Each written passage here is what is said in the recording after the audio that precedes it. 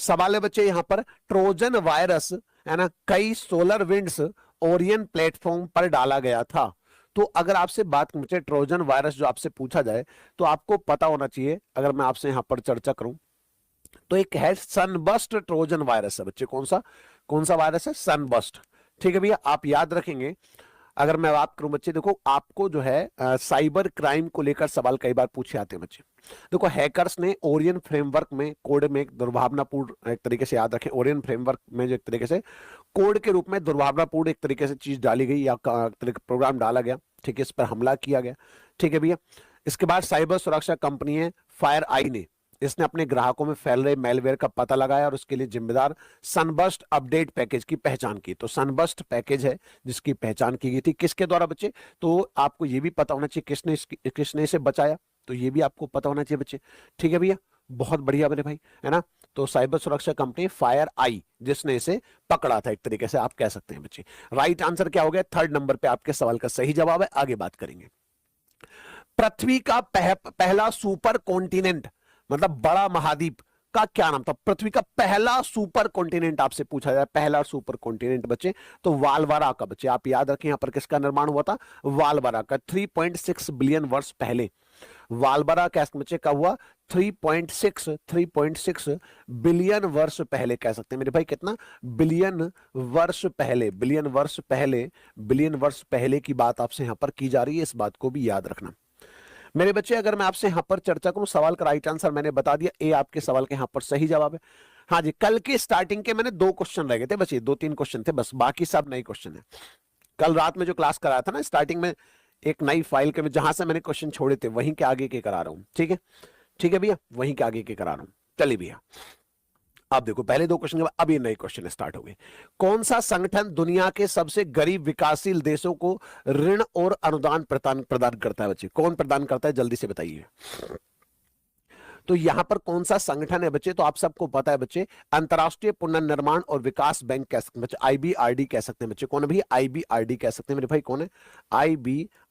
IBRD, जिसे world bank भी कह सकते हैं बच्चे, वर्ल्ड बैंक भी आप इसे कह सकते हैं बच्चे। ठीक है भैया, तो 1944 में आपका जो वर्ल्ड बैंक है इसकी स्थापना हुई थी, इस बात को अच्छे से याद रखेंगे। ठीक है भैया, बहुत बढ़िया भैया, बहुत बढ़िया। मतलब विकासशील देशों को न्यूनतम ब्याज दर से, मतलब एक तरीके से 0% से भी कम पर, है ना, ऋण उपलब्ध कराता है। इस तरीके से आप लोग यहां पर याद रखेंगे। सवाल का राइट आंसर मैंने बता दिया मेरे भाई, वर्ल्ड बैंक या आईबीआरडी आप इसे कह सकते हैं। बहुत अच्छा सवाल है दोस्त, आगे बात करते हैं। वेदों में मानव अधिकार को निम्नलिखित अवधारणा से दर्शाया गया है। अगर वेदों की बात करें बच्चे, वेदों की बात करें तो मानवाधिकार को देखो, सोचो वेदों के अंदर मानवाधिकार को क्या कहा गया है? वेदों के अंदर मानवाधिकार की अगर आपसे चर्चा करें बच्चे, है ना, तो समानता से, याद रखेंगे मानवाधिकार को समानता से एक तरीके से यहां पर दर्शाया गया, समानता की अवधारणा के साथ बच्चे से दर्शाया गया। इस बात को अच्छे से आप लोग यहां पर याद रखेंगे। अच्छा, वेदों की बात करें, टोटल वेद कितने हैं? टोटल वेद कितने हैं? 4 वेद है। टोटल वेद मेरे भाई कितने हैं? 4 वेद है, इस बात को भी याद रखेंगे। जब 4 वेदों की बात करेंगे तो एक तो आपको ऋग्वेद देखने को मिलेगा बच्चे, एक आपको ऋग्वेद देखने को मिलेगा, यहीं पर आपको यजुर्वेद देखने को मिलेगा बच्चे। कौन सा? यजुर्वेद देखने को मिलेगा। यहीं पर मेरे भाई आपको सामवेद देखने को मिलेगा दोस्त। कौन सा? सामवेद। और चौथा वेद बच्चे कौन सा भैया? अथर्ववेद कह सकते बच्चे। कौन सा? अथर्ववेद आप यहां से कह सकते बच्चे, अथर्ववेद कह सकते हैं।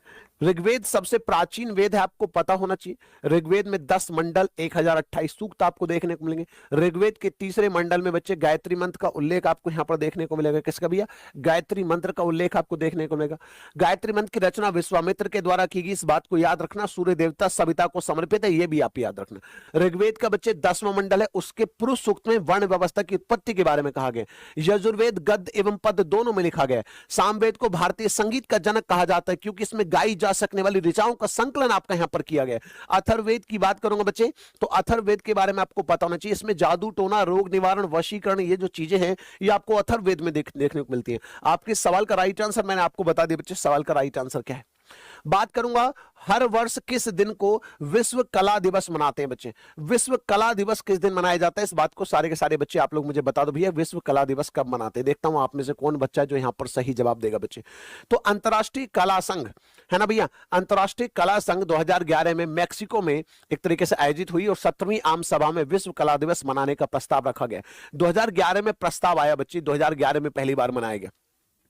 है ना। 2011 में बच्चे इसका, है ना, इसका प्रस्ताव आया गया बच्चे, इसका प्रस्ताव लाया गया, ठीक है, प्रस्ताव आया, ठीक है, कला दिवस मनाने का प्रस्ताव आया, इस बात को याद रखेंगे।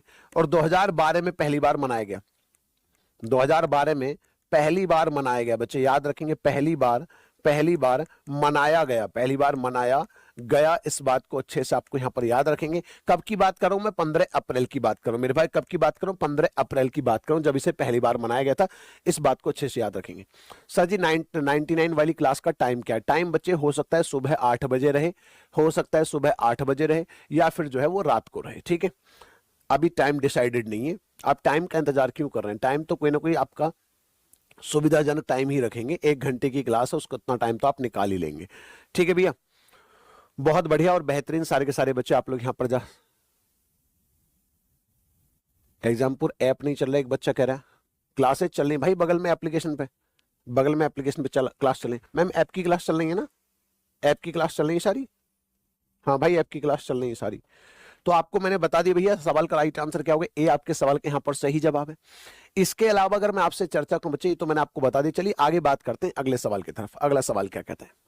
सवाल है मेरे भाई क्या, कि भारतीय संविधान का अनुच्छेद 352 मुख्य रूप से संबंधित है किस बात से? आर्टिकल 352 किस बात से संबंधित है, इस बात को याद रखेंगे। देखो नए राज्य के गठन की घोषणा को लेकर बात में आर्टिकल 3 आपका संबंधित है, 2 और 3 कह सकते हैं। CJI chief justice of India के बारे में आपसे पूछा जाए, आर्टिकल 124 की बात करें, लोकसभा भंग करने की घोषणा और राष्ट्रीय आपातकाल, ठीक है। तो भैया यहां पर क्या होगा, आप इन दोनों में से बता दो, सवाल का राइट आंसर क्या होगा। यहां से अक्कड़ बक्कड़ बम्बे बो कर लो, अक्कड़ बक्कड़ बम्बे बो, 80 90 पूरे 100 में लगा धागा, चोर निकल के भागा भागा। हमें राइट आंसर पता है भाई, हम गा पे नहीं जाएंगे, यहीं पे रखेंगे, राष्ट्रीय आपातकाल। मेरे भाई जब आप यहां पर आपातकाल की बात करते हैं दोस्त, जब आप यहां पर आपातकाल की बात करते हैं, 3 प्रकार का आपातकाल होता है, याद रखना। एक होती है नेशनल इमरजेंसी, जिसे राष्ट्रीय आपातकाल बोलते हैं। एक होता है प्रेसिडेंट रूल, जिसे राष्ट्रपति शासन बोलते हैं, या कई बार राज्य आपातकाल भी बोल देते हैं, स्टेट इमरजेंसी। एक होता है बच्चे फाइनेंशियल इमरजेंसी, मतलब वित्तीय आपातकाल। जब यहां पर बात करते हैं आर्टिकल की, तो यहां पर आर्टिकल 352 देखने को मिलेगा, 352। यहां पर बच्चे आर्टिकल कौन सा, यहां पर आर्टिकल 356 आपको यहां पर देखने को मिलेगा। और यहां पर मेरे भाई कौन सा, आर्टिकल 360 आपको यहां पर देखने को मिलेगा। इस बात को अच्छे से आप लोग यहां पर याद रखिए। बहुत बढ़िया और बेहतरीन सारे बच्चे जवाब दे रहे हैं मेरे भाई, ठीक है भैया, बहुत बढ़िया मेरे भाई, बेहतरीन जवाब दे रहे हैं बच्चे, ठीक है। चलिए भैया अगला सवाल देखेंगे बच्चे, अगला सवाल क्या कहता है।